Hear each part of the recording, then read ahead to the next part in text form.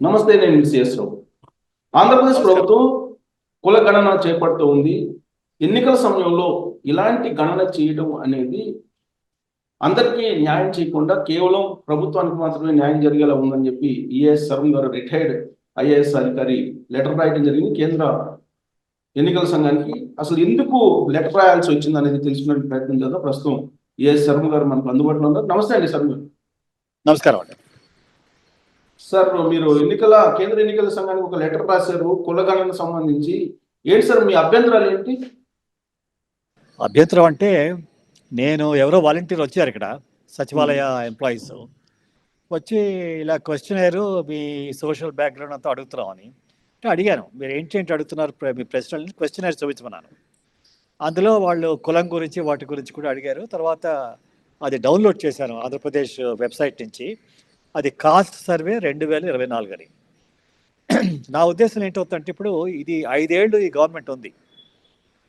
ఈ 5 ఏళ్ళు ఉన్నటువంటి గవర్నమెంట్ ఎలక్షన్స్ ముందు ఇటువంటి కాస్ట్ సర్వే తీసుకోవడం చాలా అభ్యంతరకరంగా ఉంది.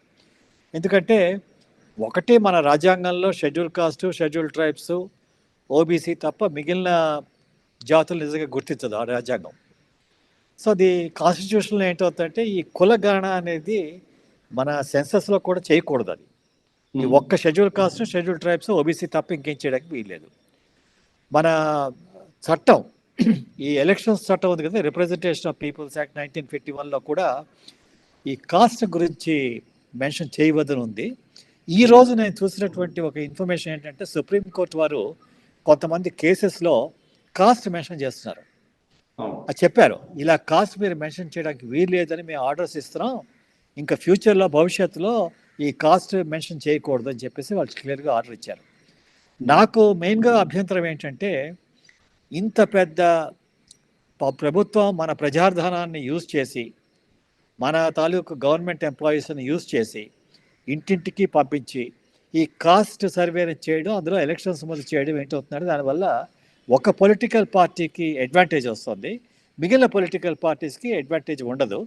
దానివల్ల ఏంటవుతుందంటే, ఎలక్షన్స్లో లెవెల్ ప్లేయింగ్ గ్రౌండ్ అంటారు, ఆ సమానత్వం అనేది అది డిస్టర్బ్ అవుతుంది. నేను ఎలక్షన్ కమిషన్కి రాసింది ఏంటంటే, ఇది అభ్యంతరకరమైనటువంటి పని. ఇది లాస్ట్ మినిట్లో ఎలక్షన్స్ ముందు ఇటువంటి కాస్ట్ సర్వే చేపట్టడం ఎందువల్ల, దానికి ఉద్దేశం ఏమిటి? ఎక్సెప్ట్ అది ఆ ఇన్ఫర్మేషన్ ఎలక్షన్స్లో యూజ్ చేయడం, ఆ క్యాండిడేట్ సెలక్షన్లో వాటిలో ఈ పర్టికులర్ ఒక పొలిటికల్ పార్టీ అడ్వాంటేజ్ తీసుకునే ఒక అవకాశం ఉంది కనుక ఇది ఆపాలి అని నేను ఎలక్షన్ కమిషన్ రాశాను.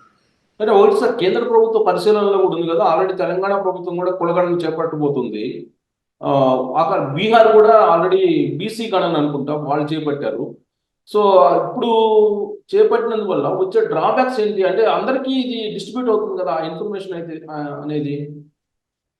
అంటే ఒకటి ఏంటంటే, schedule caste, schedule tribes, OBC గణన అనేది ఇంపార్టెంట్. అది ఎందుకంటే దానికి రాజ్యాంగంలో ఒక పర్టికులర్ ఒక దానికి హక్కు ఉంది వాళ్ళకి. కానీ ఏమైందంటే, ఈ సెన్సస్ ఆపరేషన్స్ అంటారు కదా, జనగణన అని 2021లో చేయాలి. అది కేంద్ర ప్రభుత్వం చేయలేదు. ఏదో సాకుతో వాళ్ళకి కేంద్ర ప్రభుత్వంలో సమాచారం, ఎక్కడ సమాచారం ఉన్నా దాన్ని అడిచేస్తున్నారు ప్రజలకు తెలియకూడదని. ఈ 2021 జనగణన కోవిడ్ పేరుతో అది అప్పుడు వాయిదా పెట్టారు. ఇంతవరకు చేయలేదు. 2026, 27 కూడా వస్తలేదో మనకి సర్టనిటీ లేదు. దాని మీద నేను కేంద్ర ప్రభుత్వానికి ఒక లెటర్ రాశాను. మీరు 1918, 1900 ఆ టైంలో కూడా 1921 సెన్సస్ కూడా ఆపలేదు. స్పానిష్ ఫ్లో అప్పుడు కరోనా లాగా స్పానిష్ ఫ్లో అనేటువంటి పెద్ద వ్యాధి చాలా ప్రబలంగా మన భారతదేశంలో వచ్చింది. అప్పుడు ఫస్ట్ వరల్డ్ వార్ అయింది, అయినా కూడా అది ఆపలేదు. అటువంటిది ఈ 2021 సెన్సస్ ఆపడం తప్పది. దానివల్ల ఏంటవుతుందంటే, మీకు ఆధార్ ఇన్ఫర్మేషన్ మీద క్రాస్ చెక్ చేయవచ్చు. మీ సెన్సస్ గణన ఉంటే మీకు ఆధార్ ఇన్ఫర్మేషన్ చెక్ చేసుకోవచ్చు. అంటే ఒక విధంగా చూస్తే ఈ జనగణన అనేది పాపులేషన్ కౌంట్ అనేది 2021లో అవ్వాల్సింది, కేంద్ర ప్రభుత్వం తప్పది. రెండోది, ఈ కొన్ని రాష్ట్రాలు, ఇప్పుడు తెలంగాణ అన్నారు మీరు, ఆంధ్ర, బీహార్లో అది ఓబీసీ చేశారు. అది కూడా ఎలక్షన్స్ ముందు చేయడం తప్పది నా ఉద్దేశంలో. ఎందుకంటే మన డబ్బు అది, మన ప్రజలు పే చేసే డబ్బు, అక్కడ పబ్లిక్ ఎక్స్చెకర్లో ఆ డబ్బు అంతా యూజ్ చేసి ఒక పర్టికులర్ పొలిటికల్ పార్టీ అలాగ చేసి ఇన్ఫర్మేషన్ తెచ్చుకోవడం. దానివల్ల ఎలక్షన్స్లో మీకు ఆ ఈక్వాలిటీ అనేది డిస్టర్బ్ అవుతుంది. అంటే పబ్లిక్ అందువల్ల డొమైన్ లో పెడతారు కదా, పబ్లిక్ డొమైన్ లో పెడతారు కదా ఆ ఇన్ఫర్మేషన్ మొత్తం కూడా. పెడతారని గ్యారంటీ ఉంది. రెండోది అది ఇన్ఫర్మేషన్ పబ్లిక్ డొమైన్లోకి వచ్చినప్పుడు ఎంతవరకు యాక్సెసిబుల్, ఎంత ఇన్ఫర్మేషన్ పెడతారు, అది క్లియర్గా లేదు అది. ఉమ్, అది రెండోది ఎలక్షన్స్ ముందు చేయాలి మరి. ఇప్పుడు ఉమ్, ఎలక్షన్స్, అసలు ఎలక్షన్స్కి కాస్ట్కి సంబంధం లేదు.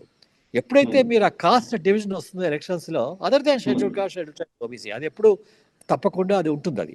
లాస్ట్ ఆ? క్యాబినెట్ లో దీన్ని పెట్టినట్టున్నారు కదా, లాస్ట్ క్యాబినెట్ లో పెట్టారు, ఇప్పుడు దాన్ని ఇంప్లిమెంట్ చేస్తున్నారు. అనుకుంటాను. నేను అనుకోవడం అది తప్పది. ఎలక్షన్స్ ఉమ్. ముందు చేయడం తప్పు. ప్రజల డబ్బులు యూజ్ చేసి చేయడం తప్పు. ప్రజల ఎంప్లాయీస్ని యూజ్ చేసి చేయడం కూడా తప్పేది. ఎలక్షన్స్ మరి ముందు ఏది చేస్తున్నారే సరే అది సస్పెక్ట్ అనమాట. అటువంటి అటువంటి ఎన్యూమరేషన్ ఎప్పుడు సస్పెక్ట్ అది. ఇప్పుడు ఒకటి సార్, చాలా మంది ఇప్పుడు ఈ బీసీ వెనుకబడిన వర్గాలకు సంబంధించిన నాయకులు ప్రెషర్ చేస్తున్నారు కదా, మా బీసీ గణన చేపట్టాలి, బీసీ కులగణన చేపట్టాలి అనేది వాళ్ళు డిమాండ్ చేస్తున్నారు. దానికి అభ్యంతరం లేదా బీసీ గణనకి? ఎలక్షన్స్ ముందే చేయాలి. ఇప్పుడు ఉమ్, 5 ఏళ్ళు ఒక ప్రభుత్వం రూల్ చేసినప్పుడు ముందు చేస్తే నాకు అర్థం ఉంది, ఏదో మధ్యలో చేస్తే అర్థం ఉంది. ఎలక్షన్స్ 3 నెలలు 2 నెలలు అనగానే అంతకు ముందు పెట్టడం ఉమ్, దానికి ఎక్కడా కూడా సబబుగా లేదు. రెండోది, ఇప్పుడు ఈ బ్రాహ్మిన్ కార్పొరేషన్ అన్ని పెడుతున్నారు, ఇవన్నీ తప్పు ఇవి. నా ఉద్దేశంలో ఉమ్, అటువంటి ఉండకూడదు. నేను బ్రాహ్మిన్ కార్పొరేషన్ పెట్టినప్పుడే నేను రాశాను అది చేయడానికి ఉమ్, వీల్లేదని ఉమ్. అప్పుడు. అంటే అగ్నెస్ట్ కాన్స్టిట్యూషన్ అంటారా? ఏమండి? అగ్నెస్ట్ కాన్స్టిట్యూషన్ ఈ బ్రాహ్మణ్ నా కార్పొరేషన్? ఉద్దేశంలో అగేన్స్ట్ కాన్స్టిట్యూషన్. మిగిలిన కాస్ట్, నేను ఎప్పుడు schedule caste, schedule tribes, OBCs object చేయను. అది కూడా నా ఉద్దేశంలో ఎక్స్పర్ట్స్ని పెట్టి, ఇప్పుడు సర్వే అనేది దానికి ఎక్స్పర్టీస్ కావాలి. సర్వే ఎటువంటి ప్రశ్నలు వేయాలి, ఎలాగ వేయాలి, ఇవన్నీ ఎక్స్పర్టీస్. ఇప్పుడు మన సెంట్రల్ ఆర్గనైజేషన్ వాళ్ళు దాంట్లో ఎక్స్పర్టీస్ ఉంది. వీళ్ళు స్టేట్ గవర్నమెంట్ వాళ్ళ ఎంప్లాయీస్ని పిలిచి వాళ్ళని పంపించి చేయడం, దాంట్లో ఎక్స్పర్టీస్ లేదు, వాళ్ళకి ఎక్స్పీరియన్స్ లేదు, వాళ్ళని పంపించడం తప్పది. ఒకటి సార్, మీరు సీనియర్ ఐఏఎస్ కదా, సో మీకు అపార అనుభవం ఉంది. సెన్సెస్ తీసేటప్పుడు ఎలాంటి క్వశ్చనీర్ ఉంటుంది, మీరు డిఫరెన్స్ ఏం గమనించారు? ఆ సెన్సస్ ఆపరేషన్స్ చాలా పెద్ద ఎక్సర్సైజ్ అది. దాంట్లో చాలా రీసెర్చ్ అయింది. ఆ క్వశ్చనర్ ఎలా డిజైన్ చేయాలనేది పెద్ద రీసెర్చ్ అయింది. అది ఒక విధంగా చూస్తే ప్రతి దశాబ్దానికి ఒక మాట చేస్తారు. ఎప్పటికప్పుడు దాన్ని ఇంప్రూవ్ చేస్తున్నారు, దానికి డిజైన్ అది స్టాటిస్టికల్ సైన్స్ మీద డిపెండ్ అయి ఉంటుంది అది. ఆ సెన్సస్ అడిగిన వాళ్ళకి కూడా ట్రైనింగ్ ఉంటుంది. వాళ్ళకి ఒక సెవెరల్ మంత్స్ ట్రైనింగ్ ఉంటుంది. సెన్సస్ ఆపరేషన్స్ చేసినప్పుడు రిజిస్ట్రార్ జనరల్ ఆఫ్ సెన్సస్ వాళ్ళ తాలూకు ఆఫీసర్స్ హైదరాబాద్లో అన్ని చోట్ల ఉండేవి. వాళ్ళు ఏం చేసేవారంటే ఆఫీసర్ని పిలిచి ఎవరినైతే అప్లై చేస్తున్నారో వాళ్ళకి ట్రైనింగ్ ఇవ్వడం, వాళ్ళకి ఎలాగ దాని క్వశ్చన్స్ అడగడం, ఎలాగ దాన్ని రికార్డ్ చేయడం, ఇవన్నీ చాలా ఒక ప్రొఫెషనల్గా ఉండాలి అది. ఇది ఏం చేశారంటే ఏదో సచివాలయ ఎంప్లాయీస్ని పిలిచి పంపించి మీరు ఇలా కలెక్ట్ చేయండి డేటా అనడం తప్పది. దానివల్ల ఇన్ఫర్మేషన్ ఎంత రిలయబుల్లో కూడా చెప్పలేము మనం. సార్ మీరు చూసారు సార్ అందులో ఆ క్వశ్చనీర్ లో, మీరు అందులో చూసారు ప్రజల కదా. ధనాన్ని యూజ్ చేసి చేయడం అటువంటి నాన్ ప్రొఫెషనల్ సర్వే అది. ఉమ్. మీరు క్వశ్చనీర్ చూసారు కదా సార్, మొత్తం ఆ క్వశ్చనీర్ లో మీకు పర్టికులర్ గా అబ్జెక్షన్ అనిపించింది ఏంటి సార్? అది కాన్స్పిరసీ ఉంది నాకు దీనిలో అని అనుమానం ఎలా వచ్చింది? మెయిన్గా కాస్టే.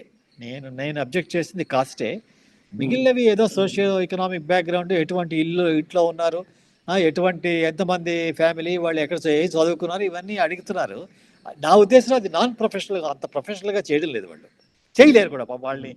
I don't blame them, because I not train for that.